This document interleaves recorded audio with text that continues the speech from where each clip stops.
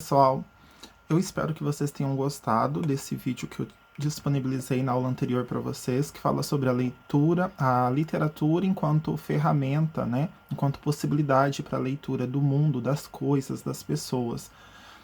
Eu gostei muito dessa palestra, eu assisti ela acho que faz uns 2 anos atrás, e ela me fez realmente pensar sobre a minha prática, né, sobre como eu trabalho com interpretação de textos na sala de aula.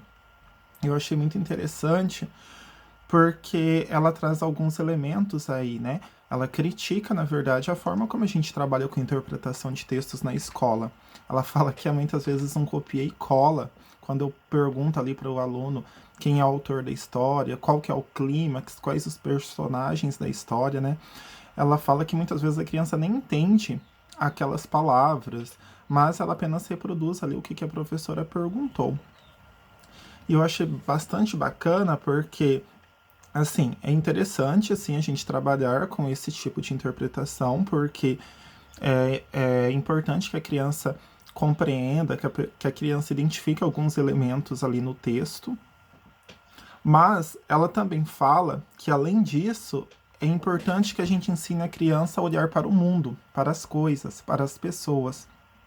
Ou seja, permitir que a criança pense e que o papel do professor é principalmente instigar o olhar dessa criança, né? E eu achei bacana ela falar também sobre a questão do olhar contextualizado, né?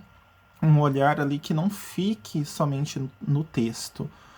E uma das questões interessantes que eu achei que ela colocou foi realmente a história lá do Patinho Feio, por exemplo. Que ela até sugere, assim, né? Para a gente perguntar para a criança quais as características femininas que a criança, por exemplo, vê na Dona Pata.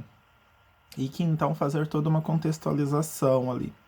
Achei muito bacana até que ela coloca que antigamente qual que era, na verdade, os hábitos, né?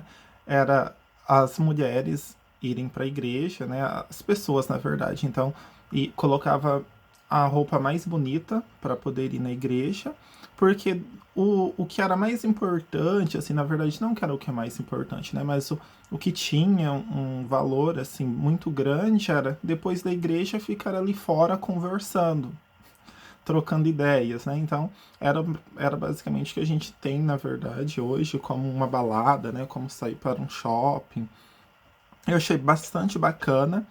E, diante de tudo isso, eu solicito, então, que vocês escolham uma dessas histórias infantis, das fábulas de Êxopo, tá? Ou pode ser também de Monteiro Lobato.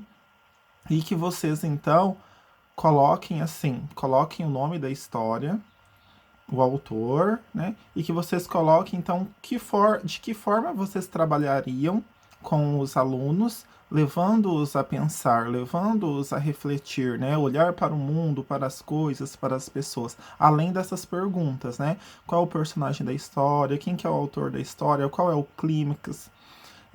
Levar os alunos realmente a pensar, igual ela fez, né? Quando ela pergunta lá quais as características femininas da Dona Pata.